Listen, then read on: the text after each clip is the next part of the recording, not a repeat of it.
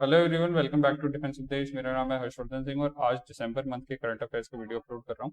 तो let us begin. सबसे पहले शुरू करते हैं दिसंबर में कंबाला फेस्टिवल से बात कर लेते हैं। देखो, जो फेस्टिवल्स वगैरह हैं, ट्रेडिशनल फेस्टिवल्स वगैरह जो न्यूज़ में रहते हैं, उन पे क्वेश्चंस आते रहते हैं। तो पूछा जा सकता है कि कौन से स्टेट से जुड़ा हुआ है, कहाँ का है। तो कंबाला फेस्टिवल जो है, it is traditional buffalo race. ठीक है, थोड़े दिन पहले जल्लीकट्टू का भी नाम सुना होगा आपने। ये सब जो है वो ट्रेडिशनल साउथ इंडिया के अंदर कुछ फेस्टिवल में होने वाली बफेलो रेसेस वगैरह हैं जो काफी ज्यादा न्यूज में रहती है। ये कहाँ पे? कन्नड़ा डिस्ट्रिक्ट, दक्षिण कन्नड़ा डिस्ट्रिक्ट ऑफ कर्नाटका के अंदर होता है ये। एंड कर्नाटका स्टेट से एसोसिएटेड है, प्लीज रिमेंबर दिस। तो ये चीज थोड़ी सी ध्यान रख लीजिएगा। ये स्टेट का नाम जो है वो इंपॉर्टेंट रहेगा, पूछा जा सकता है कौन से स्टेट में। ठीक है, किससे जुड़ा हुआ है? तो बफेलो रेसिंग है। कंबला स्पोर्ट्स वगैरह, ट्रेडिशनल स्पोर्ट्स, ये सब चीजें जो है वो पूछे जाते रहते हैं। Kambala is a folk sport held traditionally by the local Tuluvar landlords and households in the coastal district of Dakshin Kannada and Udupi of Karnataka and Kasaragod of Kerala. ठीक है, जिसको पूरे रीजन को कहा जाता है तुलु नाडु। ठीक है, तुलु नाडु रीजन जो है वो इसको कहते हैं। तो ऐसा कुछ क्वेश्चन आ सकता है एग्जाम में, तो थोड़ा सा इंपॉर्टेंट है, ध्यान रख लीजिएगा। नेक्स्ट बात कर लेते हैं हॉर्नबिल फेस्टिवल की। तो हॉर्नबिल फेस्टिवल जो है वो एक बहुत इंपॉर्टेंट फेस्टिवल है नागालैंड, ये बात ध्यान रखनी है। नागालैंड जो है वो एक इंपॉर्टेंट रीजन है। तो एक तो नॉर्थ ईस्ट के स्टेट्स का मैप वगैरह देख लीजिएगा जो भी स्टूडेंट्स एग्जाम दे रहे हैं, क्योंकि कई बार क्या होता है कि यूपीएससी ऐसे क्वेश्चन डालती रही है एनडीए सीडीएस में कि अच्छा कौन से स्टेट की बाउंड्री लग रही है, नहीं लग रही है, ऐसे क्वेश्चन। तो वहां पे इंपॉर्टेंट रहता है। The 22nd Hornbill festival of Nagaland began on 1 December 2021। The festival is taking place after a gap of 1 year, है ना। और ये किसामा जो नागा हेरिटेज विलेज है वहां पे होता है, 10 साल से हो रहा है, एक्सेट्रा एक्सेट्रा। ये सारी चीजें जो है वो ध्यान कर लीजिएगा। The first organised in year 2000, ये थोड़ा सा याद रख लेना। हॉर्नबिल फेस्टिवल नागालैंड से जुड़ा हुआ है। चलिए आगे बात करते हैं। Times magazine person of the year. Times magazine जो है वो अलग अलग पर्सन को अलग अलग साल में जो है वो पर्सन ऑफ द ईयर वगैरह अपॉइंट करती है। Basically time magazine person of the year कौन रहे? इलॉन मस्क रहे हैं। ठीक है, उसके अलावा ये बात ध्यान रखनी है, एथलीट ऑफ द ईयर पूछ ले तो सिमोन बाइल्स जो हैं वो अमेरिकन एथलीट हैं, उनका नाम आएगा, उनको ध्यान रखना है आपको। तीसरा एंटरटेनर ऑफ द ईयर, ये ओलिवियो रॉड्रिगो, इनको मिला है। 2021 hero of the year award, ये भी एक इंपॉर्टेंट अवार्ड है। इनको मिला है किनको? कोविड वैक्सीन बनाने वाले जो मेजरली साइंटिस्ट वगैरह हैं उनको, जिनको नाम दिया गया मिरेकल वर्कर्स, ये दिया गया है इनको। तो एक लिस्ट है जिसको गो थ्रू कर लेना एग्जाम से पहले, हो सकता है कि टकरा जाए। आगे बात करते हैं नगदाग पेलगी खोलो, ये क्या है? दिस इज अ अवार्ड, ध्यान रखना क्या है ये, दिस इज एन अवार्ड। ठीक है, और ये अवार्ड किस चीज से जुड़ा हुआ है? तो भूटान ने जो है वो ये सबसे highest, countries highest civilian award, जैसे अपने यहाँ पे कौन सा होता है, यहाँ पे होता है भारत रत्न, है ना, उस तरीके से है ये। तो ये किसको मिला है? नरेंद्र मोदी को मिला है। प्रधानमंत्री नरेंद्र मोदी जी को जो है वो ये पुरस्कार दिया गया है। तो ये डायरेक्टली आपसे क्वेश्चन आ सकता है कि भाई अच्छा अच्छा, नागादा पेलखी खोलो अवार्ड जो है वो किस देश का है, कहाँ दिया है, किसको दिया है, एक्सेट्रा। तो थोड़ा सा ध्यान रख लेना। ठीक है, आगे बात कर लेते हैं। नेक्स्ट बात कर लेते हैं हरनाज सिंधु क्राउंड। हरनाज सिंधु जो है, इनका नाम सबने सुन लिया होगा अब तक। हरनाज सिंधु जो है she is crowned as the Miss Universe 2021। ठीक है, ये डायरेक्टली पूछा जा सकता है कि मिस यूनिवर्स 2021 खिताब किसको मिला है अभी रिसेंटली, इंडिया की कौन सी कंटेस्टेंट है, ये बात ध्यान रखनी है। इससे पहले सेम अवार्ड जो है मिस यूनिवर्स का खिताब जो है वो किसको मिला? सुष्मिता सेन को मिला है, और 1994 में, और लारा दत्ता को मिला 2000 के अंदर। तो ये दोनों ही नाम ही पूछे जा सकते हैं कि अच्छा ये ऐसा स्टेटमेंट दे सकते हैं कि हरनाज सिंधु को पहली बार मिला है वगैरह, ऐसा कुछ। तो ये ध्यान रखना। नेक्स्ट बात कर लेते हैं एफस्पा, AFSPA। देखो बहुत ज्यादा इंपॉर्टेंट है। एक तो ये एग्जाम के हिसाब से तो इंपॉर्टेंट है ही, ठीक है। दूसरा ये SSB के हिसाब से भी इंपॉर्टेंट है, ठीक है। तो एफस्पा के बारे में आपको इंपॉर्टेंट इंफॉर्मेशन होनी चाहिए। सभी स्टूडेंट्स जो भी डिफेंस एस्पिरेंट्स हैं एटलीस्ट, उनको SSB वगैरह में भी जाते वक्त भी एफस्पा के बारे में स्पेशली पढ़ लेना चाहिए। इसको स्पेशल हाईलाइट कर रहा हूं मैं, एफस्पा बहुत बहुत ज्यादा इंपॉर्टेंट है। एफस्पा से जुड़ी भी सारी इंफॉर्मेशन यहाँ पे दे रहा हूं मैं। तो यूनियन होम मिनिस्ट्री ने जो है वो एफस्पा यानी कि arm forces special power act, इसको याद कर लेना, arm forces special power act 1958, ये पूरे नागालैंड स्टेट के अंदर जो है वो 6 महीने के लिए आगे बढ़ाने का फैसला किया है। तो जो भी स्टेट अफ्स्पा यानी कि arm forces special power act के अंदर आते हैं, उन स्टेट्स के अंदर आर्म फोर्सेस पर्सनल यानी कि डिफेंस पर्सनल को, आर्मी पर्सनल को स्पेशल पावर मिलती है कि वो वेरियस ऑपरेशंस को अंजाम दे सकते हैं। वहां पर जो है वो सर्च एंड रेस्क्यू ऑपरेशंस वगैरह कर सकते हैं, उनके खिलाफ अरेस्ट वारंट वगैरह नहीं निकाला जा सकता और कई चीजें होती हैं।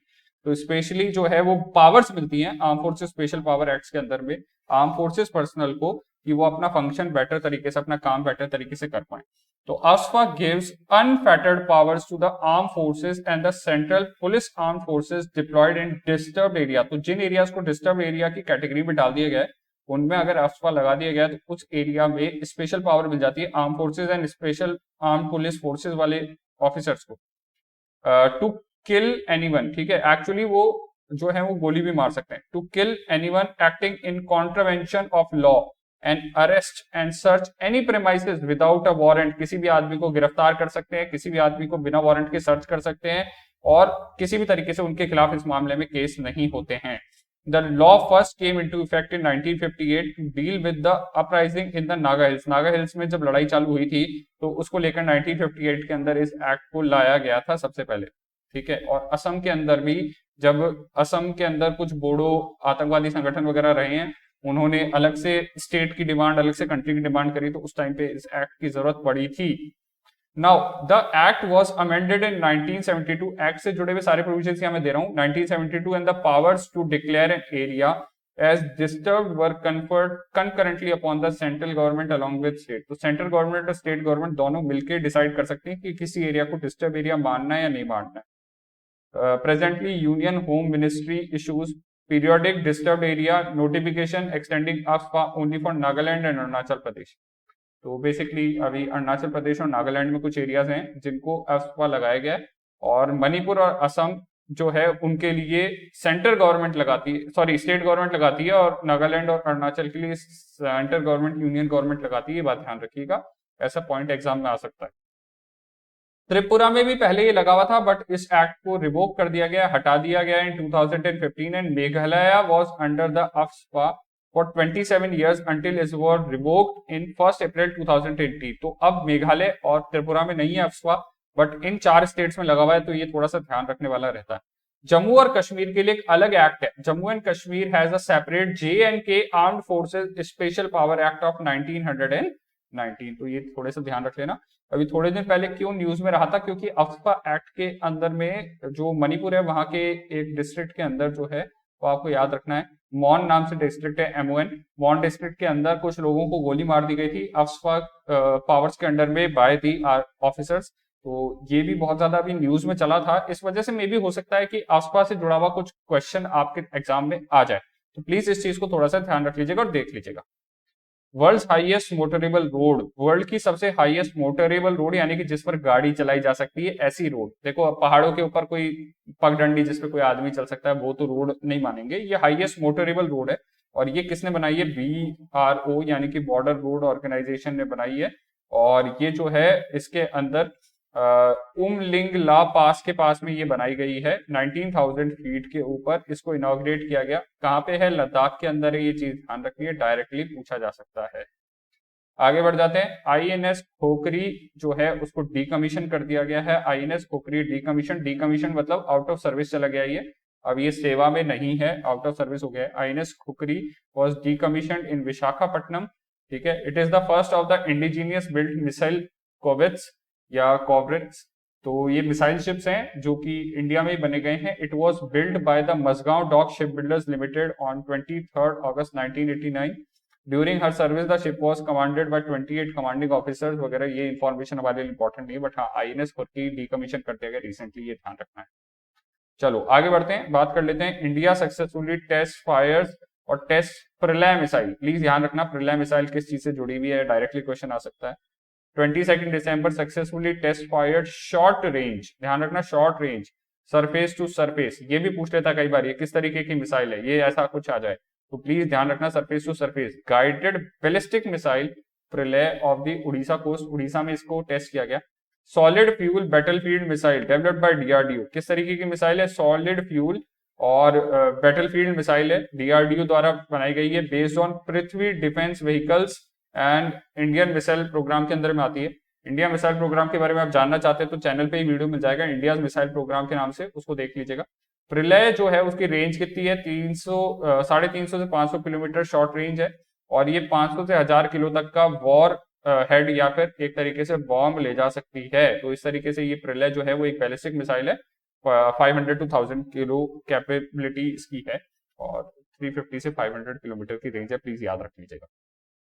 आगे बात कर लेते हैं पंडित मदन मोहन मालवीय की, प्लीज इंपॉर्टेंट फिगर्स, ठीक है, इंपॉर्टेंट पर्सनैलिटी में आते हैं, और कई बार जो है वो हिस्ट्री में कई बार क्वेश्चन ऐसे आते रहे हैं जो कि जैसे मदन मोहन मालवीय से जुड़ा हुआ क्वेश्चन आ गया, या उनसे जुड़ा हुआ स्टेटमेंट दे दिया और पूछ रहे ट्रू है फॉल्स है, ऐसा क्वेश्चन आ सकता है।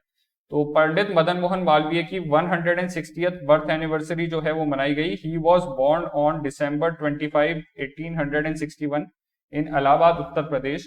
ही is also the founder of Banaras Hindu University in 1916। Please थोड़ा सा ध्यान रख लीजिएगा, बनारस हिंदू विश्वविद्यालय किसने स्थापित करवाया था, और इसके चांसलर भी रहे हैं बनारस हिंदू विश्वविद्यालय यानी यूनिवर्सिटी के 1990 से 1938 के बीच में वाइस चांसलर रहे हैं मदन मोहन मालवीय।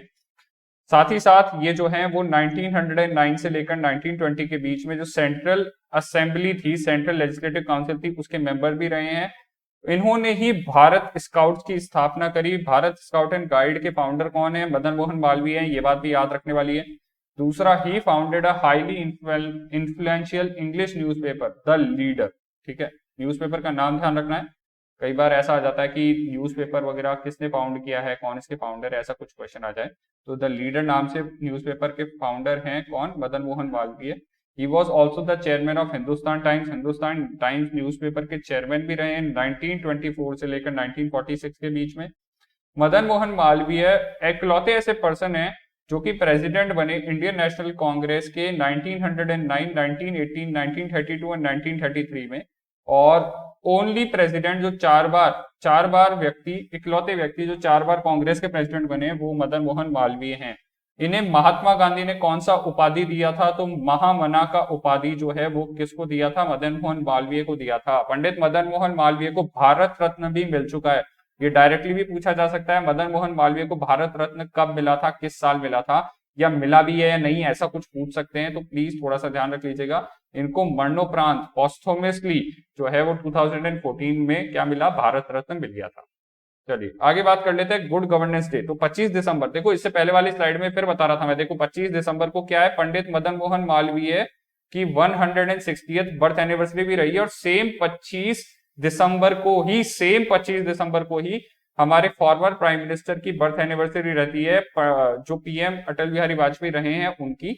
अटल बिहारी वाजपेयी की 25 दिसंबर को बर्थ एनिवर्सरी रहती है, और इसको भारत सरकार क्या मनाती है, गुड गवर्नेंस डे। ये डायरेक्टली पूछा जा सकता है आपसे, ये इंपॉर्टेंट है मेरे हिसाब से। अभी की प्रेजेंट गवर्नमेंट जो है वो इन चीजों पे बहुत फोकस करती है कि बीजेपी के जो इंपॉर्टेंट लीडर्स रहे हैं, मदन मोहन मालवीय हुए, और मतलब जो थोड़े से इस आइडियोलॉजी के लीडर्स हैं, उनके जो डेज वगैरह रहती है उन पे क्वेश्चन आने के चांसेस भी आए हैं। तो गुड गवर्नेंस डे कब मनाया जाता है, क्यों मनाया जाता है, ऐसा कुछ आ सकता है। Good governance day was celebrated first time in 2014, जब नरेंद्र मोदी पहली बार प्रधानमंत्री बने थे, है ना, प्रधानमंत्री मोदी जब सबसे पहले पीएम बने थे, तो जो एनडीए की गवर्नमेंट आई थी उन्होंने सबसे पहले इसको मनाना चालू किया 2014 ऑनवर्ड्स। तो good governance day Atal Bihari Vajpayee के जन्म दिवस पे मनाया जाता है। अटल बिहारी वाजपेयी के टाइम पे न्यूक्लियर 2 टेस्ट या पोखरण टेस्ट हुआ था, कारगिल वॉर भी इन्हीं के टाइम पे हुई थी, और इनको 2015 में, ध्यान रखना 2015 में किसको, अटल बिहारी वाजपेयी को भारत रत्न मिली थी, अटल बिहारी वाजपेयी को, ठीक है।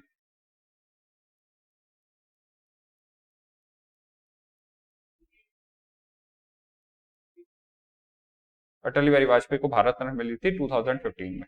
चलिए आगे बात करते हैं नेशनल कंज्यूमर डे, क्योंकि हम सब कंज्यूमर है तो नेशनल कंज्यूमर डे कब मनाया जाता है, 24 दिसंबर को मनाया जाता है, डायरेक्टली पूछा जा सकता है। इस बार की थीम क्या रही है, टैकलिंग प्लास्टिक पॉल्यूशन, ये थोड़ा सा ध्यान रहेगा, थीम वगैरह पे क्वेश्चन आते रहे तो इसको थोड़ा सा ध्यान रख लीजिएगा। और कंज्यूमर प्रोटेक्शन एक्ट किस साल पास हुआ था, तो कंज्यूमर प्रोटेक्शन एक्ट 1986 में पास हुआ था, ये इंफॉर्मेशन हमारे काम के एग्जाम के हिसाब से। आगे बात करते हैं नेशनल मैथमेटिक्स डे, तो ये 22 दिसंबर को मनाया जाता है। 22 दिसंबर को नेशनल मैथमेटिक्स डे क्यों मनाया जाता है, तो श्रीनिवास रामानुजन की जो है वो बर्थ एनिवर्सरी या जन्म की जो है एनिवर्सरी, शताब्दी उसका जो है वो जन्मोत्सव है, उसके वजह से मनाया जाता है। 2012 से इसको मनाया जा रहा है and he is the first Indian to be elected a fellow of Trinity College of London in 1918. He discovered his own theories and theorems of mathematics. Mathematics में सबसे महान खोजकों में से एक माना जाता है श्रीनिवास रामानुजन को. इनके सम्मान में मैथमेटिक्स डे मनाया जाता है. इनके बारे में भी आप चाहें तो एक्स्ट्रा पढ़ सकते हैं. इनकी लाइफ पर जो है वो a man who new infinity नाम से जो है वो इस तरीके से फिल्म भी बनी है, तो आप चाहें तो वो भी देख सकते हैं. चलिए आगे बात कर लेते हैं. Egypt enters new Development bank. Egypt जो है वो न्यू डेवलपमेंट यानी कि एनडीबी का मेंबर बन गया है. New Development Bank is also known as NDB, New Development Bank. ठीक है, थोड़ा सा ध्यान रख लेना. एनडीबी क्या है? न्यू डेवलपमेंट बैंक है. एनडीबी एक बहुत इंपॉर्टेंट ऑर्गेनाइजेशन है क्योंकि इंडिया इसका हिस्सा है. ठीक है, और India welcome Egypt entry as the 4th new member of New Development Bank NDB. ये ब्रिक्स कंट्री के द्वारा एस्टेब्लिश किया गया 2015 में. तो ब्रिक्स अपने आप में इंपॉर्टेंट है. ठीक है, और ब्रिक्स बैंक किसको कहते हैं, कब स्थापित हुआ था, ये इंपॉर्टेंट है. न्यू डेवलपमेंट बैंक ने बांग्लादेश, देखो ध्यान रखना ये कौन कौन से मेंबर्स हैं, बांग्लादेश, यूएई यूनाइटेड अरब अमीरात, उरुग्वे, इसको ऑलरेडी शामिल कर लिया था. और अब ब्रिक्स यानी कि Brazil, Russia, India, China, south Africa, इन्होंने ये जो है वो बैंक बनाया ताकि वेस्ट के जो बैंक है, जो पश्चिमी देशों द्वारा बनाए गए बैंक है, जैसे आपका वर्ल्ड बैंक और आईएमएफ, उनको टक्कर दे सके, और इसलिए इस बैंक को बनाया गया था. तो इजिप्ट इसका नया मेंबर है, न्यूएस्ट मेंबर है, थोड़ा सा ध्यान रखना. न्यू डेवलपमेंट बैंक के बारे में भी इंफॉर्मेशन यहाँ पर दी हुई है. इस पर डायरेक्टली क्वेश्चन आ सकता है, एग्जाम के हिसाब से इंपॉर्टेंट है ये बहुत ज्यादा. ठीक है, इसको स्टार मार्क कर रहा हूँ यहाँ पे, इंपॉर्टेंट है New Development Bank. New Development Bank को ब्रिक्स डेवलपमेंट बैंक भी बोला जाता है. BRICS state Brazil, Russia, India, China and South Africa, इसको जो है वो फाउंडिंग मेंबर्स हैं. The bank is headquartered in Shanghai. इसका हेडक्वार्टर कहाँ है? चाइना, शंघाई में है, ये बात ध्यान रखना. The first regional office of NDB is in Johannesburg, South Africa. The second regional office was established in 2019 in Sao Paulo, Brazil. ठीक है, फॉलोड बाय मॉस्को, रशिया. तो ये थोड़ी सी इंफॉर्मेशन है न्यू डेवलपमेंट बैंक के बारे में जो आपको इंफॉर्मेशन ध्यान होनी ही चाहिए. ब्रिक्स एक इंपॉर्टेंट ऑर्गेनाइजेशन है और ब्रिक्स के बारे में भी आपको इंफॉर्मेशन होनी चाहिए, जैसे ब्रिक्स की इस साल मीटिंग कहाँ हो रही है और इसका जो है वो फाउंडिंग मेंबर्स कौन कौन से देश हैं, ब्रिक्स कब ब्रिक्स बना था वगैरह, इस तरीके की इंफॉर्मेशन भी एग्जाम में आ सकती है. इंपॉर्टेंट ऑर्गेनाइजेशन इंडिया के लिए. नेक्स्ट बात कर लेते हैं international honey bee festival. International honey bee festival कौन से स्टेट में हो रहा है? तो उत्तराखंड के अंदर ऑर्गेनाइज किया गया इंटरनेशनल हनी बी फेस्टिवल. सीधे सीधे तौर पर ध्यान रख लीजिएगा, उससे ज्यादा कुछ इंपॉर्टेंट नहीं है. नेक्स्ट ये बात कर लेते हैं स्टेल्थ डिस्ट्रॉयर मॉर्बेगांव. मॉर्बेगांव डिस्ट्रॉयर जो है उसका इनॉग्रल जो है या फिर उसको जो है वो सी ट्रायल के लिए भेज दिया गया है. Conducted first sea trials of Mormugao, the second indigenous stealth destroyer of P-15B class. ठीक है, in Arabian sea. Mazagon dock ship limited या Mazagon dock ship builders limited इसको बना रहे हैं. एंड सीधे सीधे तौर पर ये बात ध्यान रख लेना कि प्रोजेक्ट 15B क्या है. तो प्रोजेक्ट 15B के अंदर में विशाखापट्टनम, मॉर्बेगांव, इम्फाल और सूरत, ये 4 शिप बनाए जाएंगे. इसके अंदर से ये 2 शिप जो हैं, इन दोनों का में से विशाखापट्टनम तो कमीशन हो चुका है, ये एक्टिव है, देख लो. और दूसरा 2022 के अंदर सी ट्रायल्स के अंदर में अभी चल रहा है, ये मॉर्बेगांव ये हो गया, और इम्फाल और सूरत ये दोनों जो हैं वो 2024 तक आ जाएंगे. ये भी इनकी फिटिंग चल रही है, अंडर कंस्ट्रक्शन, ये चल रहे हैं, मतलब बन रहे हैं. बट प्रोजेक्ट 15B क्या है डायरेक्टली पूछ सकता है, तो आपसे ये ध्यान रखना है कि आपको नेवी शिप्स का एक जो है वो पूरा एक क्लास है और एक नेवी शिप्स की एक पूरी कैटेगरी है. जीआई टैग टू मिथिला मखाना. मिथिला मखाना को जीआई टैग मिल गया है, ये बात ध्यान रखनी है आपको. जीआई टैग्स पे क्वेश्चंस आते रहे हैं, ये बात ध्यान रखना. Geographical indicator registry under the central ministry of commerce has accepted the plea to rename GI tag Bihar makhana as Mithila makhana. Please ध्यान रखना, पहले बिहार मखाना के नाम से था, मिथिला मखाना अब इसका नाम कर दिया गया है. प्लीज थोड़ा सा ध्यान रखना. मिथिला प्रदेश कौन सा है? तो मिथिला प्रदेश वो है जो बिहार का नॉर्थ वाला एरिया है, और ये बेल्ट जो है वो लीची प्रोडक्शन के लिए भी जाना जाता है. यहाँ पे लीची का बहुत सारा प्रोडक्शन होता है, लीची बहुत ज्यादा यहाँ से आती है. दूसरी चीज ये याद रखनी है आपको कि मिथिला मखाना कौन से स्टेट का फेमस है, डायरेक्टली पूछ ले तो ये भी आपको ध्यान रखना है कि this is a product of या GI tag of product of Bihar. Bihar से है इसका लेना देना, ये बात ध्यान रखनी है आपको. जीआई टैग जैसा मैंने ऑलरेडी बताया, जीआई टैग एक्ट ऑफ 1999 के अंडर में आता है और ये बहुत ही इंपॉर्टेंट रहता है. जीआई टैग पे क्वेश्चन आते रहे हैं, ध्यान रखना. Next important day is Goa liberation day 19 दिसंबर. देखो गोवा लिबरेशन डे कब मनाया गया है, ऐसा कुछ क्वेश्चन आ जाए तो ध्यान रखना दिसंबर 19 को मनाया जाता है। ऑपरेशन विजय किससे जुड़ा हुआ है, ऐसा कुछ पूछ ले तो गोवा से जुड़ा हुआ है। इन शॉर्ट ध्यान रख लेना, गोवा जो है वो पोर्चुगीज रूल के अंडर में था टिल 1961, क्योंकि पोर्चुगीज जो हैं वो सबसे पहले आकर गोवा में बस गए थे, और उसके बाद में गोवा एक ऐसा रीजन है जो ब्रिटिशर्स के कभी भी अंडर में नहीं आया। पोर्चुगीज ने जो है गोवा को, जो बीजापुर था उस टाइम पे, और बीजापुर के जो नवाब थे उनसे जीत लिया था, और उसके बाद में पोर्चुगीज के अंडर में 1961 तक गोवा उनके अंडर में था। 1947 में इंडिया की आजादी होने के बाद भी गोवा जो है वो पोर्चुगीज के अंडर में रहा। इंडियन गवर्नमेंट ने ऑपरेशन विजय को अंजाम दिया था 1961 में, जब गोवा को आजाद कराया गया था। इसलिए गोवा लिबरेशन डे मनाया जाता है 19 दिसंबर को।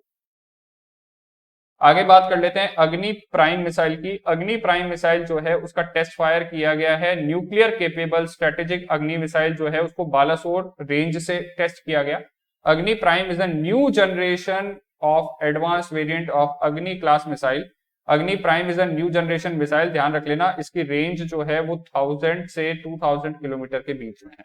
तो अग्नि मिसाइल के बारे में और ज्यादा जानना चाहते हो या अग्नि मिसाइल के बारे में इंफॉर्मेशन चाहिए तो मिसाइल प्रोग्राम ऑफ इंडिया नाम से जो वीडियो है उसका लिंक मिल जाएगा आपको, यहाँ पे ऊपर आई आइकन के पास में लिखा मिल जाएगा, तो वहां पे से आप देख सकते हो, या चैनल पे जाकर सर्च भी कर सकते हो। तो मिसाइल प्रोग्राम्स के बारे में चेक कर लेना, उस पर क्वेश्चन आते रहते हैं।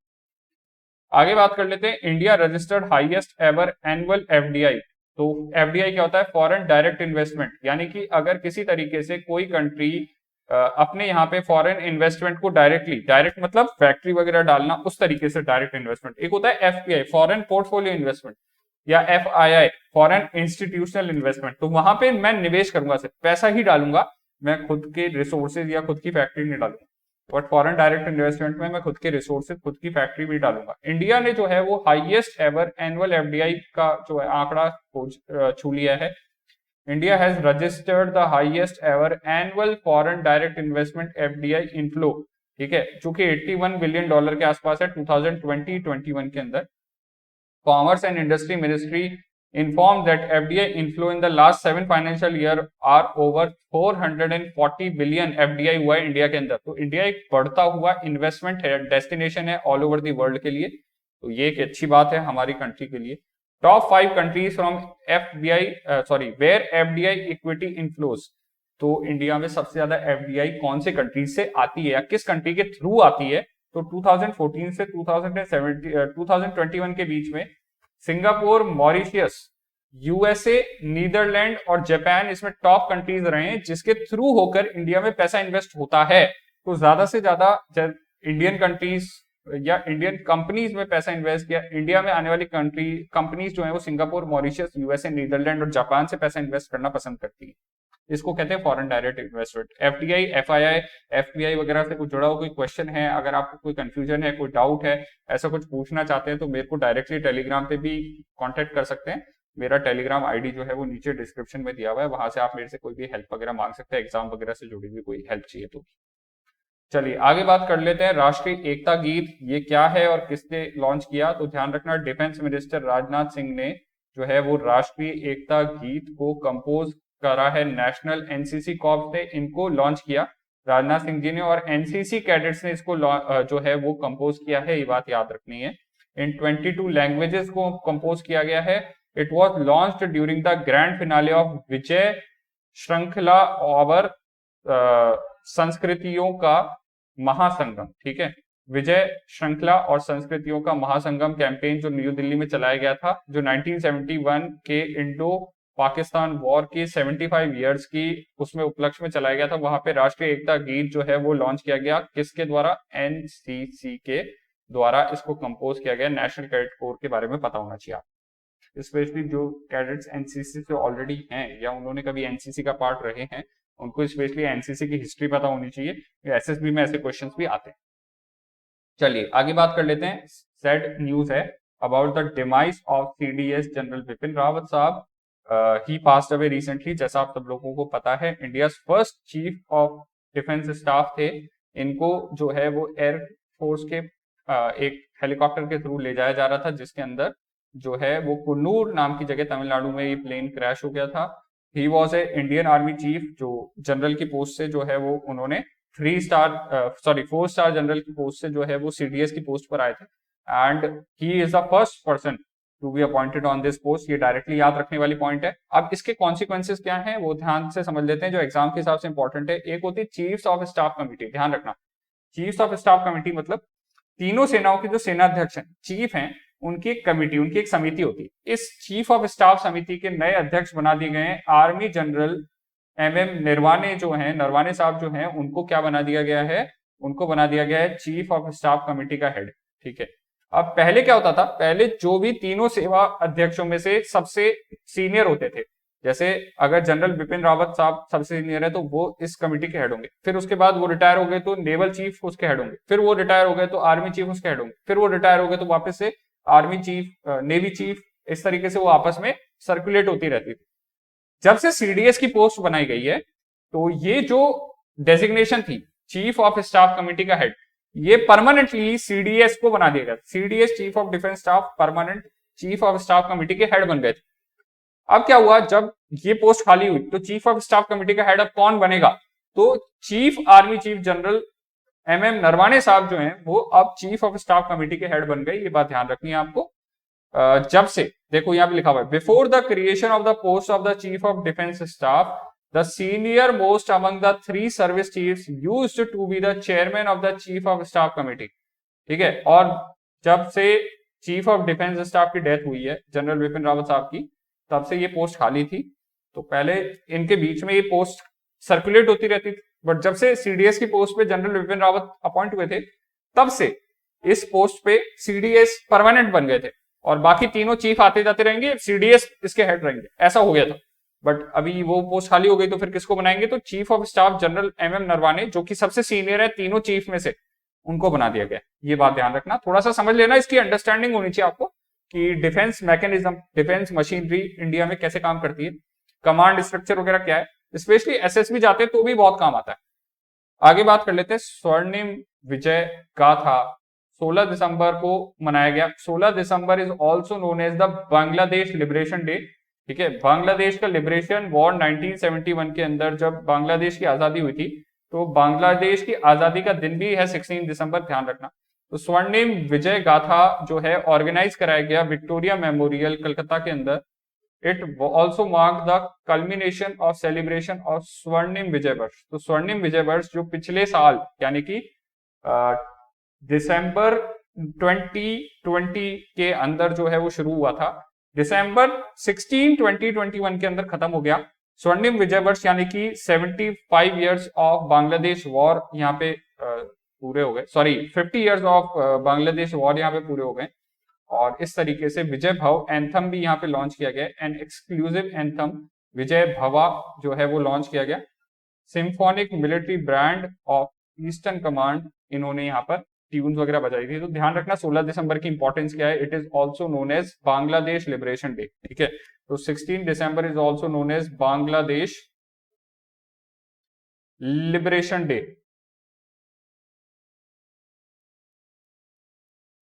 ठीक है, 16 दिसंबर।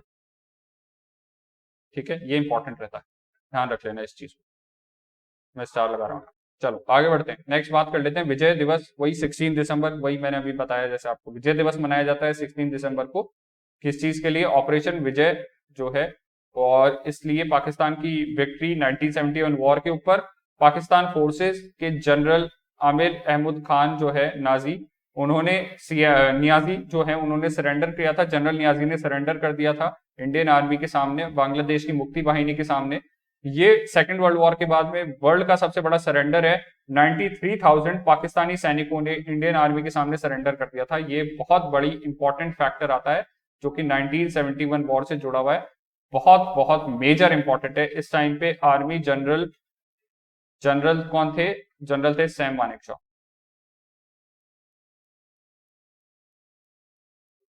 ठीक है, सैम मानेकशॉ के टाइम पीरियड की बात है ये, ध्यान रखना। चलिए आगे बात कर लेते हैं supersonic missile assisted torpedo. Supersonic missile assisted torpedo का लॉन्च किया गया है। ठीक है, तो इंडिया ने टेस्ट किया, successfully tested a long range supersonic missile assisted torpedo smart system. तो स्मार्ट का फुल फॉर्म पूछ ले तो भी ध्यान रखना है। और पूछ सकता है कि ये क्या है या ऐसा कुछ है ना। तो स्मार्ट सिस्टम किससे जुड़ा हुआ है, कहाँ से आया है, etcetera. System developed by DRDO, the missile aimed at enhancing countries anti submarine warfare capability was launched from Balasore in Odisha. The missile carried a torpedo, parachute delivery system and a release mechanism. ठीक है, the weapon system is being developed by DRDO for Indian navy. तो torpedoes basically missiles होती हैं जो पनडुब्बी यानी कि जो सबमरीन होती है उससे लॉन्च करी जाती है, और इसलिए इंपॉर्टेंट है। चलिए आगे बात कर लेते हैं। हैदरपुर वेटलैंड। वेटलैंड क्या होते हैं, वेटलैंड होते हैं अर्ध जल भूमि, ऐसे एरियाज जो कि पानी में डूबे हुए कई हजार सालों से। तो द हैदरपुर वेटलैंड कहाँ पे है, ये बिजनौर के अंदर है, वेस्टर्न उत्तर प्रदेश। ध्यान रखना, स्टेट भी पूछ सकता है, in western Uttar Pradesh. Has been recognised under the 1971 Ramsar convention on wetland. तो रामसर साइट बन गया है कौन सा, Haiderpur. Haiderpur is a wetland spread over an area of 6,908 hectares in Uttar Pradesh. कौन से स्टेट में है, उत्तर प्रदेश में। ध्यान रखना, ये याद रखना है आपको। ये नहीं पूछेगा कि कब बना था वगैरह, ये मुझे नहीं लगता पूछेगा, तो बट फिर भी 1984 के अंदर फ्लड प्लेन्स के अंदर से बना था। Chilka lake and Keoladeo national park और ये इंपॉर्टेंट पॉइंट है, ये ध्यान रखना है। Chilka lake and Keoladeo national park were recognised as first Ramsar site of India. Bharat की पहली रामसर साइट कौन सी है, Chilka lake and Keoladeo national park. अब ये रामसर वेटलैंड साइट क्या होती है, इसके बारे में इंफॉर्मेशन दी हुई है, देखो बहुत इंपॉर्टेंट है, इस पर डायरेक्ट क्वेश्चन आने के चांसेस रह सकते हैं, ये बहुत बहुत ज्यादा इंपॉर्टेंट है। रामसर साइट क्या होती है, इंडिया में कितनी है, क्या है। Ramsar site is a wetland site designated to be international importance, ठीक है, under the Ramsar convention also known as the convention on wetland. तो अर्ध जल भूमियों पे एक बैठक हुई थी जो कि 1971 के अंदर स्टैब्लिश हुआ था बाय यूनेस्को, ध्यान रखना, और 1975 के अंदर इट केम इनटू फोर्स, यानी कि इसको लागू किया गया 1975 के अंदर, ध्यान रखना। It is named after the city of Ramsar in Iran, जहां पे एक मीटिंग हुई थी 1971 के अंदर, जहां ये फैसला किया था कि ऐसी जगहें, ऐसी जल भूमियां जो कि पूरी तरीके से पानी में भरी हुई रहता है जहां पे हमेशा, और वहां पे बहुत सारी चिड़ियाएं वगैरह आती हैं, ये बायोडाइवर्सिटी यानी कि वन जीव पर्यावरण वगैरह के लिए तो इंपॉर्टेंट है ही, साथ ही साथ ये जगहें, ऐसी जगह जो होती है उनको क्या माना जाता है, मीथेन गैस के भंडार माना जाता है। अगर मान लीजिए वो जगह पूरी तरीके से सूख जाती है, ड्राई हो जाती है, तो वहां से मीथेन वगैरह, कार्बन डाइऑक्साइड वगैरह जो है वो निकलेगी और वो एनवायरनमेंट के लिए नुकसानदायक होगी। तो रामसर वेटलैंड साइट जो है वो इसी चीज को प्रोटेक्ट करने के लिए या इसी चीज से जुड़े हुए काम करती है।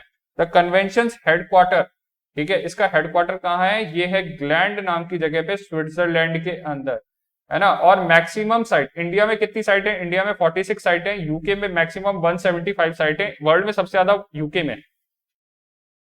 एवरी 3 ईयर्स, हर 3 साल में इसकी एक मीटिंग होती है, ये बात ध्यान रखनी है आपको, और इसको कहा जाता है सीओपी, है ना, कॉन्ट्रैक्टिंग पार्टी सीओपी मीटिंग 13 हुई थी, लास्ट कहां हुई थी, दुबई में, यूएई के अंदर, अक्टूबर 2018 के अंदर। तो ये बात थोड़ी सी ध्यान रखनी है। रामसर साइट्स क्या होती है ये याद रखना, इंपॉर्टेंट है बहुत ज्यादा। और रामसर से जुड़ा हुआ एक और नाम आता है जिसको कहते हैं मॉन्ट्रेक्स रिकॉर्ड, ध्यान रख लेना, ये भी इंपॉर्टेंट है, फिर से बता रहा हूं, फिर इंपॉर्टेंट है, दीज बोथ आर इंपॉर्टेंट, ध्यान रखना, ये भी इंपॉर्टेंट है, ध्यान रख लेना।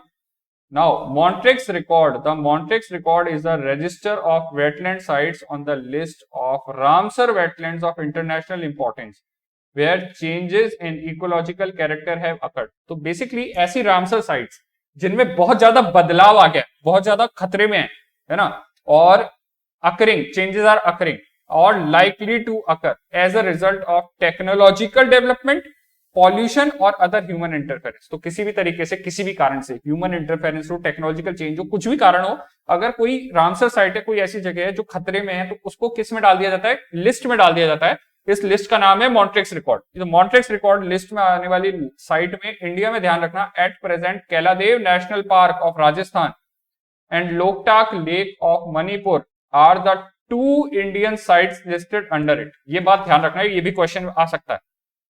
इन 1993 Chilika lake was also listed in Montrex record due to problem of siltation, but अब 2002 में इसको हटा दिया गया है क्योंकि इसकी जो सिल्टेशन की प्रॉब्लम है चिल्का लेक की वो अब सही हो गई है, उसमें अब कोई प्रॉब्लम नहीं है, ठीक है। तो ये ध्यान रख लेना, ये बहुत इंपॉर्टेंट है, दोनों साइड भैया ध्यान रख लेना, इसलिए स्टार लगा दिया मैंने। चलो आगे बात कर लेते हैं, indigenous stand of anti tank missile. Indigenous stand of anti tank missile, जिसको कहा जाता है SANT, ठीक है, इसका लॉन्च किया गया है। DRDO ने इंडियन एयरफोर्स के लिए फ्लाइट टेस्ट किया है indigenous made helicopter launch SANT, stand of anti tank missile, ठीक है। तो बेसिकली एक तरीके से हेलीकॉप्टर की हेल्प से इस मिसाइल को लॉन्च किया जा सकता है और ये टैंक्स वगैरह को डिस्ट्रॉय करने में हेल्पफुल होगी। The missile is equipped with a state of the art anti matter wave Sikar which provide high precision strike capability from a safe distance. SANT missile has been designed and developed by Research Center इमारात। ये basically जो है वो DRDO का आता है, ठीक है। तो DRDO ने एक्चुअली जो है वो इसको लॉन्च किया है या फिर टेस्ट किया है। तो SANT या SANT मिसाइल क्या है, किससे जुड़ी हुई है, तो प्लीज थोड़ा सा ध्यान रखना। एंटी टैंक मिसाइल है ये, ठीक है, एंटी टैंक मिसाइल है, हेलीकॉप्टर से लॉन्च होने वाली है, हेलीकॉप्टर से लॉन्च होने वाली एंटी टैंक मिसाइल है, ध्यान रख लेना। आगे बात कर लेते हैं Pinaka extended range missile indigenous fuses, इसका भी टेस्ट किया गया है। जैसे पिछली बार पूछा गया था, एक बार NDA CDS के 2-3 एग्जाम पहले मुझे को याद है कि उसमें पूछा था पिनाका क्या है, what is Pinaka. Pinaka is the missile launch system. DRDO ने सक्सेसफुल टेस्ट फायर किया है Pinaka extended range, Pinaka ER missile system का। Area denial munitions ADM and indigenously developed fuzes का। इस तरीके से ये बहुत ज्यादा इंपॉर्टेंट है। Pinaka extended range multi-barrel rocket system launcher is the upgraded version of Pinaka missile system. Pinaka Mark 1 rocket launch system has a range of 40 kilometers. The Pinaka 2 variant can hit a target at a distance of 60 kilometers. तो ये क्या है, बहुत सारी missiles का एक rocket launch system है या रॉकेट लॉन्चर है, multi barrel rocket launch system है पिनाका, ध्यान रख लेना। डायरेक्टली पूछा जा सकता है पिनाका क्या है, व्हाट इज पिनाका, पिनाका क्या है, पिनाका एक्सटेंडेड रेंज या ER क्या है, ऐसा कुछ, तो इसीलिए एग्जाम में आने के चांसेस। नेक्स्ट बात कर लेते हैं फोर्स 2021 की लिस्ट ऑफ 100 पावरफुल वुमेन निकाली गई है या 100 पावरफुल विमेन निकाली गई है।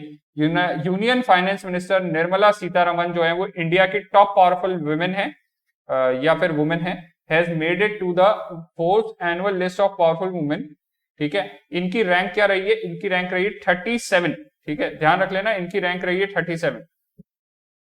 लगातार 3 साल से इस लिस्ट में आ रही है निर्मला सीतारमन। इन 2020 शी वाज 41st, अब इनकी पावर बढ़ गई है 37 पे आ गई है ये, ठीक है, एंड 34 रही थी इन 2019, तो थोड़ा सा इनका पावर कम हुआ था 41st में कि इकोनॉमी थोड़ी सी डाउन हुई थी इंडिया की और बाकी चीजों को देखते हुए, बट हाँ वो मैटर नहीं करता। इस साल इनकी रैंकिंग क्या रही है डायरेक्टली पूछा जा सकता है, तो ध्यान रखना, ठीक है। निर्मला सीतारमन 31 नंबर पे 37 नंबर पे रही है। जेफ बेजोस की फॉर्मर वाइफ जो जिनसे उनका भी तलाक हो गया, मैकेंजी स्कॉट, ठीक है, मैकेंजी स्कॉट जो है वो उन्हें फर्स्ट नंबर पे रखा गया है इस लिस्ट के अंदर, ये बात ध्यान रखनी है। फर्स्ट नंबर पे कौन आई है, मैकेंजी स्कॉट, ये भी पूछा जा सकता है। इसके बाद में नीता अंबानी का नाम आ रहा है, सेकंड नंबर पे है नीता अंबानी इंडिया से, ठीक है, इंडियन लिस्ट में सेकंड, ठीक है, इंडियन सेकंड ये है, ये बात ध्यान रखना, बस इससे ज्यादा कुछ भी नहीं। चलो आगे बात करते हैं ब्रह्मोस का एयर वर्जन। ब्रह्मोस मिसाइल का एयर वर्जन का लॉन्च किया गया। Air version of BrahMos supersonic cruise missile was successfully test fired from supersonic fighter aircraft Sukhoi 30 Mark 1 integrated test range Chandipur of the Orissa में ये लॉन्च किया गया था। प्री प्लान ट्रेजेक्टरी सारे ऑब्जेक्टिव्स मीट किए। BrahMos is a joint venture of India and Russia, ये बात ध्यान रखना। नाउ ये बात याद रख लेना, ब्रह्मोस, ठीक है, ब्रह्मोस जो है वो तीनों के लिए है, तीनों सर्विसेज के लिए है ब्रह्मोस, ध्यान रखना। ये एयर वर्जन भी आता है इसका, इसका नेवी वर्जन भी आता है और इसका लैंड वर्जन भी आता है, ठीक है। तो ये इकलौती ऐसी मिसाइल है जो कि एक सुपरसोनिक मिसाइल है और क्रूज मिसाइल है, ठीक है। तो ये बात याद रख लेना, क्रूज मिसाइल है और ये तीनों वर्जन में आती है, लैंड, नेवी के लिए भी और आर्मी के लिए भी, एयर से भी लॉन्च कर सकते हैं इसको, ये बात ध्यान रखना। ब्रह्मोस मिसाइल के बारे में और ज्यादा इंफॉर्मेशन के लिए तो वो आप वीडियो देख लो, कौन सा, इंडिया मिसाइल प्रोग्राम वाला, ठीक है, चैनल पे मिल जाएगा। चलो आगे बात कर लेते हैं Ken Betwa interlinking of rivers. Ken Betwa rivers को लिंक करने की बात जो है वो चल रही है। ये एरिया जो है वो किस में आता है, ये एरिया आता है बुंदेलखंड रीजन के अंदर आता है। The union cabinet has approved the funding for the implementation of Ken Betwa interlinking of river project.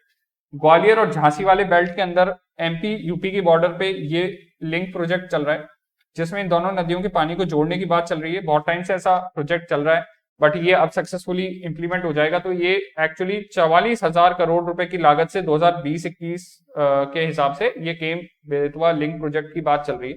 ध्यान रखना, this project involves the transfer of water from the Ken to the Betwa river through the construction of the Daudhan dam and a canal linking the two rivers. तो ये अंदाजा है कि इन दोनों नदियों में पानी की कमी रहती है और इस एरिया में सूखा काफी पड़ता है, तो इस एरिया का जो प्रॉब्लम है पानी का, वो इन दोनों नदियों को जोड़ने से प्रॉब्लम सॉल्व हो सकती है। ये दोनों ही नदियां, केन और Betwa, both are the tributary of Yamuna.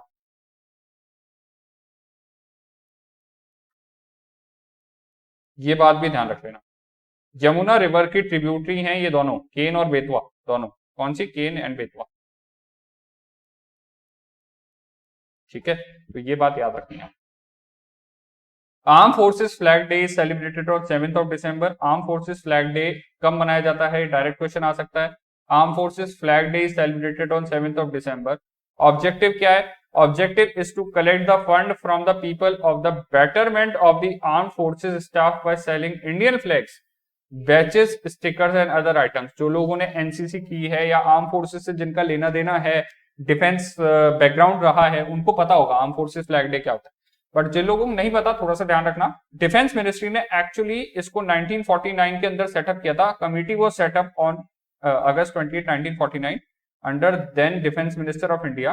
तो इन्होंने ये डिसाइड किया कि एक्चुअली 7 दिसंबर को फ्लैग्स वगैरह बेचकर, और मतलब 1-2 रुपए होते हैं, वो कलेक्ट किए जाते हैं और ऑल ओवर इंडिया ये जो फंडिंग होती है, कलेक्शन होता है, वो आर्म फोर्सेस वेटरन्स, जो लोग आर्म फोर्सेस में काम करते हैं या सेवानिवृत्त हो गए, उनके वेलफेयर के लिए पैसा जुटाने के लिए एक्चुअली इसको मनाया जाता है। तो आज भी मनाया जाता है आर्म फोर्सेस फ्लैग डे, 7 दिसंबर आता है, ध्यान रखें। नेक्स्ट बात कर लेते हैं 100 years of public accounts committee. Public accounts committee के 100 साल पूरे हो गए हैं। देखो, बहुत इंपॉर्टेंट कमिटीज में से एक आती है ये एक बहुत इंपॉर्टेंट क्वेश्चन बन सकता है, इस बार एग्जाम में आ सकता है, पीएससी से जुड़ा हुआ कुछ पूछा जा सकता है आपसे। The celebration of the 100 years of the Public Accounts Committee is scheduled on December 4 to 5 to 2021. The inauguration will be done by President Shri Ramnath Kovind ji in the presence of Vice President and Rajya Sabha Chairman Shri M. Venkaiah Naidu ji and Speaker Om Birla ji. 52 nations, including Pakistan, were invited to the celebration of 100 years of PAC. अभी PAC के head कौन है? MP Adhir Ranjan Chowdhury is the PAC chairperson. ध्यान रखना, ये points important है। अब PAC क्या होती है इसके बारे में जान लेते हैं। Public accounts committee is one of the most important committees in the parliament. ठीक है, PAC is one of the 3 financial parliamentary committees. ठीक है, दूसरी कौन कौन सी होती है? Estimate committee and committee on public undertakings. तो पब्लिक अंडरटेकिंग्स मतलब पीएसयू जिनको कहते हैं, पब्लिक सेक्टर अंडरटेकिंग या गवर्नमेंट कंपनी, ठीक है, उनकी बात कर रहे हैं, गवर्नमेंट कंपनीज। ठीक है, तो उनकी बात करने के अलावा अगर पीएसी की बात करें तो पब्लिक अकाउंट्स कमेटी। तो जिन लोगों ने पॉलिटी पढ़ी है या उनको इन्फॉर्मेशन है, तो उनको पता होगा कि पब्लिक अकाउंट नाम से एक खाता होता है जिसको गवर्नमेंट की जेब मानते हैं अपन। तो पब्लिक अकाउंट की जांच करने के लिए कमेटी होती है जिसको कहा जाता है पब्लिक अकाउंट कमेटी, की सरकार ने फंड्स का गलत इस्तेमाल तो नहीं किया, गलत फंडिंग यूज तो नहीं किया और इस तरीके से।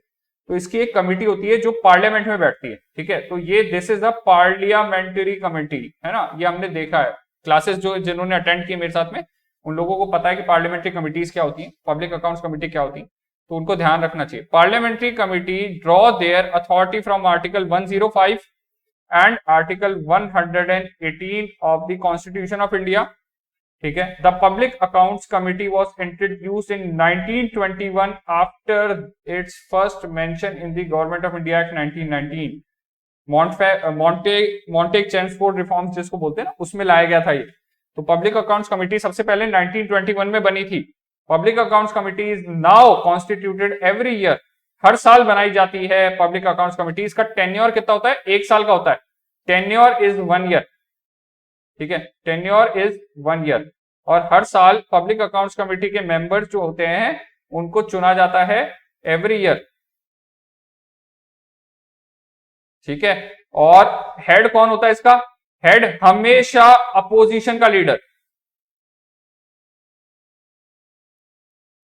अपोजिशन का लीडर हमेशा इसका हेड होता है। ठीक है, opposition leader is the head always always. ठीक है, इसीलिए ध्यान रखना, पहले वाली स्लाइड में लिखा था अधीर रंजन चौधरी, अभी कौन है ये हेड ऑफ अपोजिशन या अपोजिशन लीडर इन लोकसभा।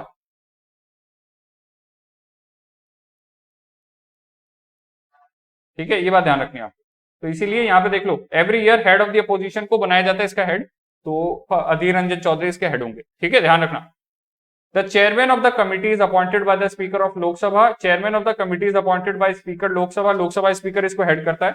इस कमेटी में सबसे इंपॉर्टेंट बात ये देखो, it is to be noted that the committee not being an executive body can only make decisions that are advisory by nature. इनकी सिर्फ एडवाइस करने का काम होता है, बट बहुत इंपॉर्टेंट काम है कि सरकार के जो फंड्स होते हैं उनका प्रॉपर यूज हो रहा है नहीं हो रहा। अगर प्रॉपर यूज नहीं हो रहा तो सरकार के खिलाफ आरोप लगाना, सरकार को एक तरीके से क्वेश्चन करना, ये इनका काम है।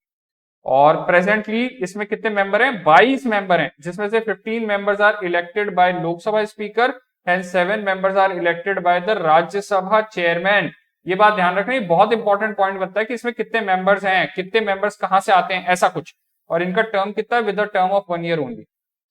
Apart from this, reports of the CAG, Comptroller and Auditor General of India, on appropriation accounts of the government, the committee examines the various audit reports of the CAG. CAG जो भी report submit करता है government के खिलाफ या government से खातों से जुड़ी हुई कि पब्लिक के पैसे का इस्तेमाल कैसे किया गया है, वो सब जांच कौन करता है? पब्लिक अकाउंट्स, PAC करती है।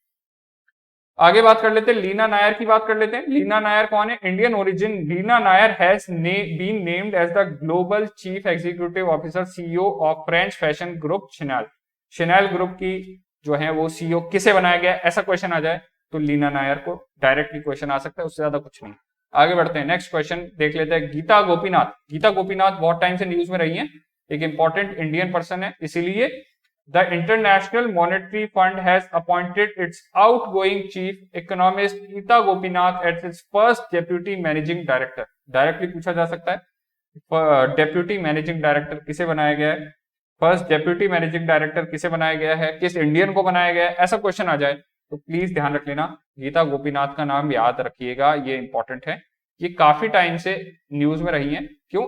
इंटरनेशनल मॉनेटरी फंड की चीफ इकोनॉमिस्ट बनाई गई थी, तब से न्यूज में है। इंडियन है तो इंडियन जो न्यूज में रहते हैं उन पे क्वेश्चन आने का ट्रेंड रहता है। NDCDS में पूछते रहे, बहुत बार पूछा है। Gita Gopinath was scheduled to leave IMF, International Monetary Fund इसको छोड़ के जा रही थी ये जनवरी 22 में, बट इनको फिर इन्होंने रोक लिया। ठीक है, और आगे बढ़ते हैं, फिर ये किसको बदल रही है वगैरह इसका कोई मतलब नहीं। ठीक है, आगे बात करते हैं, जेम्स वेब स्पेस टेलीस्कोप की बात कर लेते हैं। बहुत ज्यादा इंपॉर्टेंट है जेम्स वेब स्पेस टेलीस्कोप, सीधे सीधे तौर पर ध्यान रख लेना। किसने लॉन्च किया है? नासा ने लॉन्च किया है ये। ठीक है, ये क्या है? ये एक ऐसा टेलीस्कोप है जो सैटेलाइट के माध्यम से स्पेस में लॉन्च किया जाता है। स्पेस में ये अंतरिक्ष में जो बाहर के प्लैनेट्स वगैरह उनको उन पे नजर रखता है। The world's largest and most powerful space telescope, ध्यान रखना इस वजह से न्यूज में है, is been launched actually. NASA's James Webb Space Telescope soared from French Guiana on South America's northeastern coast, और बेसिकली इसको लॉन्च कर दिया गया है। $10 बिलियन की observatory hurled towards it's destination 1 billion miles away. ये 1.6 मिलियन किलोमीटर दूर जाकर स्पेस में घूमता रहेगा और अंतरिक्ष में नजर रखेगा अलग अलग प्लैनेट्स वगैरह पर। 1 महीना लगेगा इसको वहां पहुंचने में। But James Webb space telescope क्या है? बहुत इंपॉर्टेंट टेलीस्कोप है ये। पहले हबल एक टेलीस्कोप हुआ करता था जो स्पेस में नजर रखता था, उसकी रिप्लेसमेंट है ये, क्योंकि हबल टेलीस्कोप पुराना हो गया। James Webb space telescope NASA का भी तक का सबसे एडवांस, सबसे ज्यादा पावरफुल और सबसे बड़ा टेलीस्कोप माना गया है, और इसलिए ये न्यूज में रहेगा। स्पेशली NDA-CDS के स्टूडेंट्स को साइंस एंड टेक्नोलॉजी से जुड़े हुआ जो डिफेंस अपडेट्स या साइंस एंड टेक्नोलॉजी से जुड़ी जो अपडेट्स रहती है उस पर क्वेश्चन आता है, हो सकता है पूछ ले जेम्स वेब क्या है, रिसेंटली लॉन्च किया गया था, किसने किया था, ऐसा कुछ तो पूछ, ध्यान रख लीजिएगा इसको। इसके बारे में एक्स्ट्रा इन्फॉर्मेशन चाहें तो थोड़ा सा गूगल कर लीजिए, इंपॉर्टेंट है ये। आगे बात कर लेते हैं, कंट्रोल्ड एरियल डिलीवरी सिस्टम, ध्यान रख लेना। DRDO ने जो है कंडक्ट किया flight demonstration of its controlled aerial delivery system. तो the demonstration was carried out by DRDO's aerial delivery research and development establishment, CADS, जिसको कहा जा रहा है controlled aerial delivery system, is used for precise delivery of payloads up to 500 kilograms at a predetermined location by making use of manoeuvrable capability of ram air parachute. तो basically क्या है, किसी एक पर्टिकुलर पॉइंट के ऊपर, किसी एक particular जगह के ऊपर अगर मुझे कोई एक पर्टिकुलर चीज को ड्रॉप करना है यहां से उधर, तो एग्जैक्टली 500 किलो तक का सामान मैं एक्चुअली बिल्कुल सही तरीके से यहां पर ड्रॉप कर पाऊं, ये कर पाएंगे इसकी मदद से, कंट्रोल्ड एयर डिलीवरी सिस्टम की मदद से। तो मिसाइल्स वगैरह कोई ऐसी जगह पर जहां पर आसानी से नहीं पहुंचा पा रहे हैं अपन, तो वो चीज आसानी से पहुंचाई जा सकती है। फ्यूल वगैरह पहुंचाया जा सकता है, मिलिट्री कैपेबिलिटी के लिए चीज इंपॉर्टेंट है। तो एरियल डिलीवरी सिस्टम का टेस्टिंग किया गया डीआरडीओ के द्वारा। Fastest Indian keeper to reach 100 test dismissals, यानी कि विकेट लेने वाला, तो Rishabh Pant. Rishabh Pant has become the fastest Indian wicket keeper to reach 100 test cricket wickets. He achieve this feat against South Africa. ठीक है, he the left handed batter broke former skipper Mahendra Singh Dhoni's record to reach 100 dismissals, यानी कि एक तरीके से उन्होंने जो है वो 100 विकेट जो हैं वो गिराए हैं। और 100 फास्टेस्ट पे पहुंचने वाला टेस्ट मैच में विकेट कीपर कौन से बन गए हैं? ऋषभ पंत बन गए हैं, ध्यान रख लीजिएगा। ठीक है, आगे बात कर लेते हैं hockey India junior national championship, ये कहां पे ऑर्गेनाइज कराई गई है और किसने जीती है? तो हॉकी में Uttar Pradesh hockey was crowned the winner of the 11th junior national man championship. ठीक है, कहां ऑर्गेनाइज कराई गई है? तमिलनाडु में ऑर्गेनाइज कराई है। किसको हराया? चंडीगढ़ को हराया, डिफीटेड हॉकी चंडीगढ़ टीम। ठीक है, और hockey association of Orissa secured 3rd place, ये बात ध्यान रख लीजिएगा। आगे बात करते हैं meeting the third meeting of the Indian Central Asian dialogue. तो India and Central Asia dialogue एक इंपॉर्टेंट ऑर्गेनाइजेशनल डायलॉग है, बेसिकली इसके कोई ऑर्गेनाइजेशन नहीं है। इंडिया के अंदर एक मीटिंग कराई गई दिल्ली में, देखो ध्यान रखना कहां पे? दिल्ली में। The third meeting of the India Central Asia dialogue is being held in Delhi. ठीक है, ध्यान रखना it is a ministerial level dialogue between, कौन से कंट्रीज में हो रहा है ये dialogue? Between India and the Central Asian countries. कौन कौन सी कंट्रीज आती है? Kazakhstan, Kyrgyzstan, Tajikistan, Turkmenistan, Uzbekistan, ये सब इसमें हिस्सा ले रहे हैं। तो सेंट्रल एशिया जो पूरा रीजन है, उस पूरे रीजन की बात कर रहा हूं मैं। और external affairs minister S Jaishankar, ये इन्होंने इस मीटिंग को होस्ट किया है। तो सेंट्रल एशिया में कौन कौन सी कंट्रीज आती है, उनकी किससे बाउंड्री लगती है, ये सब इंपॉर्टेंट पॉइंट्स रहते हैं इंडिया के लिए। इन सबको मिलाकर इंडिया एक मेंबर भी तो है ना, एक ऑर्गेनाइजेशन है, ध्यान रख लेना। यहाँ पे एससीओ शंघाई कॉर्पोरेशन ऑर्गेनाइजेशन का नाम आ जाता है। ये इसमें सेंट्रल एशियन कंट्रीज ही मेंबर है एक्चुअली, है ना।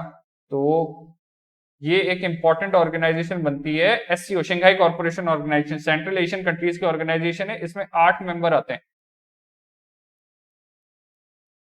तो ये एक इंपॉर्टेंट ऑर्गेनाइजेशन जिसके बारे में आपको याद होना ही चाहिए। ठीक है, इसीलिए डायलॉग इंपॉर्टेंट है। इसमें किस किस कंट्रीज ने हिस्सा लिया था, किसने होस्ट किया था, कहां हुई थी मीटिंग, ऐसा कुछ पूछ सकता है। अगला बात कर लेते हैं ऑल इंडिया मेयर्स कॉन्फ्रेंस। तो ये कहां पे हुई है? ये हुई है वाराणसी में, ध्यान रख लेना, इससे ज्यादा कुछ इंपॉर्टेंट नहीं है इसमें। The event is organised by department of urban development UP and the theme of the conference is new urban India. ठीक है, 5th Indian Ocean conference. Indian Ocean conference भी एक इंपॉर्टेंट ऑर्गेनाइजेशन कॉन्फ्रेंस है। External affairs minister S Jaishankar address the 5th Indian Ocean conference in Abu Dhabi. कहां हुई है? Abu Dhabi में। Theme क्या रही है? Indian ocean ecology economy and epidemic. Around 200 delegates and over 50 speakers attended it. The minister held a meeting with UAE counter part, जो उनके UAE के जो फॉरेन मिनिस्टर है उनसे भी बात करी इन्होंने। अब ये इंडियन ओशन कॉन्फ्रेंस से जुड़े हुए 2 ऑर्गेनाइजेशंस हैं। इन 2 ऑर्गेनाइजेशंस को ध्यान रख लेना। एक है इंडियन ओशन रिम एसोसिएशन,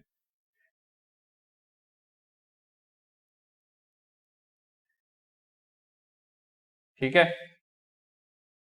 ये क्वेश्चन आ सकता है कि इंडिया किसका मेंबर है? नहीं है। दूसरी ऑर्गेनाइजेशन जो इंडियन ओशन में एक्टिव है वो है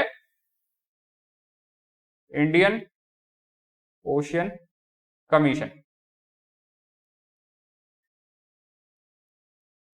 तो Indian Ocean rim association, Indian Ocean commission, in 2 organisations के बारे में थोड़ा सा होमवर्क कर लीजिएगा, क्योंकि जैसा जो लोग मेरे से ज्योग्राफी पढ़े हैं उन लोगों को ध्यान होगा। ये इंपॉर्टेंट ऑर्गेनाइजेशन मैं ऑलरेडी बता चुका हूं, ज्योग्राफी का पार्ट है। और इंडिया जो है वो किसके अंदर जो है मेंबर है नहीं है, ऐसे क्वेश्चंस आ सकते हैं। इसमें से एनडीए के लिए इंपॉर्टेंट रहेगा ये दोनों ऑर्गेनाइजेशन, और सीडीएस के लिए भी। ठीक है, तो दोनों ही स्टूडेंट्स थोड़ा सा ध्यान रख लीजिएगा इन दोनों ऑर्गेनाइजेशन को, Indian Ocean rim association, Indian Ocean Commission. ध्यान रख लेना इंडिया इसमें मेंबर है। ठीक है, इंडिया इज अ मेंबर। और इसमें India is not a member.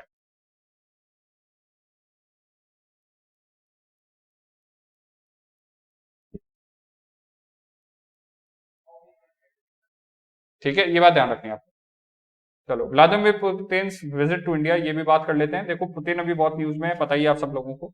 Vladimir Putin की इंडिया विजिट से जुड़े हुए दो तीन चीजें हैं जो, देखो, इंडिया रशिया रिलेशन बहुत इंपॉर्टेंट है, स्पेशली जो लोग एसएसबी जाने वाले हैं ना अभी हाल में, उनके लिए तो बहुत ज्यादा important. Putin visit to India जो है वो बहुत इंपॉर्टेंट है। अभी आप लोगों को पता होगा, अभी तो बहुत डेवलपमेंट हो गए, क्योंकि ये अगस्त का करंट अफेयर है, तो इसको बहुत ज्यादा ध्यान देने की जरूरत नहीं, याद रख लेना। एक क्या चीज इंपॉर्टेंट है इसमें, इंपॉर्टेंट है ये, दिस इज इंपॉर्टेंट। ठीक है, Russia became the fourth country with which India has had 2+2 dialogue. ठीक है, 2+2 डायलॉग क्या होता है, फॉरेन और डिफेंस मिनिस्टर्स की मिलकर मीटिंग होती है। एक फॉरेन मिनिस्टर उधर से, एक डिफेंस मिनिस्टर उधर से, एक फॉरेन मिनिस्टर इधर से और डिफेंस मिनिस्टर इधर से मिलके बात करते हैं। इसको 2+2 डायलॉग कहा जाता है। तो सीधे तौर पे इंडिया की ऑलरेडी कौन सी कंट्रीज, यूएसए, ऑस्ट्रेलिया और जापान के साथ में, जो कि किसके मेंबर है, क्वाड के मेंबर्स हैं, है ना, उनके साथ में ऑलरेडी 2+2 डायलॉग हो चुके हैं। रशिया फोर्थ ऐसा कंट्री बन गया है जिसके साथ में इंडिया की 2+2 डायलॉग हो रही है। ₹5,100 करोड़ की डील करी है इंडिया ने, जिसमें इंडिया में AK-203 राइफल की बात की है रशिया के साथ में। तो ये भी इंपॉर्टेंट रहेगा, AK-203 राइफल इंडिया कौन सी कंट्री के साथ मिलके बना रहा है, एक्सेट्रा एक्सेट्रा, ऐसा कुछ। 2+2 डायलॉग ये भी इंपॉर्टेंट रहेगा, ये डायरेक्टली पूछा जा सकता है आपसे। जो 203 AK राइफल है, ये INSAS missile INSAS rifle system जो इंडिया का, उसको रिप्लेस कर देगा, उसको बदल देगा। तो इन्फेंट्री के अंदर बहुत टाइम से डिमांड हो रही है कि इंसास राइफल जो पुरानी राइफल है, मतलब बहुत ज्यादा अच्छी नहीं है, उसको चेंज करा जाए, उसकी जगह पे AK-203 राइफल लाई जा रही है। इंडिया और रशिया की दूसरी बातें और किन मामलों में चली है, तो इंडिया जो है वो एंगेज कर रहा है रशिया को in advance talks for procuring multi role fighter aircraft MiG-29K for the new aircraft carrier INS Vikrant. INS Vikrant नया एयरक्राफ्ट कैरियर इंडिया बना ही रही है, तो उसके लिए MiG-29K फाइटर एयरक्राफ्ट जो उस एयरक्राफ्ट कैरियर पे उतर जाएंगे, उसकी जरूरत होगी। इसके अलावा इंडिया को 50 सुखोई 50 MKI फाइटर एयरक्राफ्ट भी चाहिए होंगे for Indian air force and T-90 tank, जिसको क्या कहा जाता है, भीष्मा कहा जाता है। भीष्मा टैंक जो है इंडिया का, T-90 जिसको कहते हैं, ये इंडिया का मेन बैटल टैंक MBT है ना। तो अर्जुन इसी की एक तरीके से इसी के मॉडल पर बनाया हुआ है, MBT है ये, और ये भी लेने की बात चल रही है।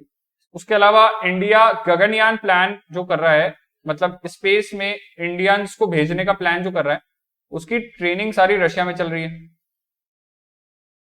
इन सब की ट्रेनिंग रशिया में चल रही है ना, तो ये सब भी इंपॉर्टेंट रहेगा। इसीलिए ये सब मीटिंग हुई थी, और इंडिया और रशिया के बीच में S-400 मिसाइल सिस्टम को लेकर भी डील हुई थी, ये भी बहुत ज्यादा इंपॉर्टेंट है। ठीक है, S-400 मिसाइल सिस्टम बहुत ज्यादा इंपॉर्टेंट है।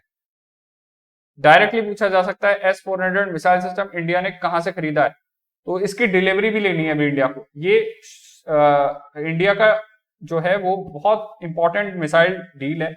अमेरिका ने इंडिया को कहा था कि आप जो है वो अमेरिका का सिस्टम है थार्ड, वो ले लो, बट अमेरिकन से हमने वो नहीं लेकर S-400 मिसाइल सिस्टम रशिया से खरीदा था। ये वर्ल्ड का सबसे ज्यादा एडवांस एयरक्राफ्ट डिफेंस सिस्टम है, ये बात ध्यान रखना, और इस वजह से बहुत ज्यादा इंपॉर्टेंट। इसके अलावा इंडिया की रशिया के साथ में और भी बात चल रही थी कि हम जो है वो Ka-226 की हेलीकॉप्टर लेने की बात भी कर रहे हैं रशिया से। तो ये सब डिफेंस डील है, सब डिफेंस से जुड़ा हुआ है। इंडिया और रशिया का डिफेंस कोऑपरेशन बहुत ज्यादा है। इंडिया और रशिया के डिफेंस रिलेशंस पे आपको पता होना ही चाहिए कि क्या सिनेरियो है। ठीक है, क्योंकि डिफेंस के मामले में हम बहुत ज्यादा क्लोज हैं, बहुत ज्यादा अच्छी फ्रेंडशिप है हमारी डिफेंस के क्षेत्र में, एरिया में, डिफेंस एरिया में। और यही कारण है कि इंडिया ने यूक्रेन वाले मामले में अभी रशिया का सपोर्ट नहीं किया है, बट एक तरीके से इंडिया ने मीडिएट भी नहीं किया है, इंडिया ने कहीं से बीच में कोई अड़ंगा नहीं किया है। यूनाइटेड नेशंस में भी इसके रेजोल्यूशन को सपोर्ट नहीं किया है, उसमें वोटिंग करने से मना कर दिया था। जैसा आप लोग अभी ऑब्जर्व कर रहे हैं, जब मैं वीडियो रिकॉर्ड कर रहा हूं तो रशिया यूक्रेन कॉन्फ्लिक्ट चल ही रहा है। तो रशिया बहुत इंपॉर्टेंट है इंडिया के लिए as a friend. Russia is a close friend. ठीक है, तो ये और हमारा डिफेंस इक्विपमेंट सबसे ज्यादा रशिया से आता है। डिफेंस वाले सेक्टर में Russia is a very close friend, तो ये बात ध्यान रखिएगा। इसी के साथ वीडियो को यहीं खत्म कर रहा हूँ। Thank you for watching. जो भी स्टूडेंट्स मैं देख रहा हूँ, कुछ स्टूडेंट्स है जो पूरा वीडियो देख रहे हैं, thank you for the support. I hope कि आप लोगों को इस वीडियो लेक्चर सीरीज से किसी तरीके से भी हेल्प मिल जाए। एग्जाम में कुछ 2-4-5 क्वेश्चन ये अटक जाए तो यार ठीक है, it would be very nice कि अच्छा रहेगा, मेरी वजह से आपका कुछ 2-4 क्वेश्चन निकल जाते हैं तो अच्छी बात है। कहाँ से डाउनलोड करेंगे? अपन टेलीग्राम चैनल से इसका पीडीएफ डाउनलोड कर ही सकते हैं, बताइए, लिंक आज given in the description. Thank you for watching, please like share and subscribe, and thank you all.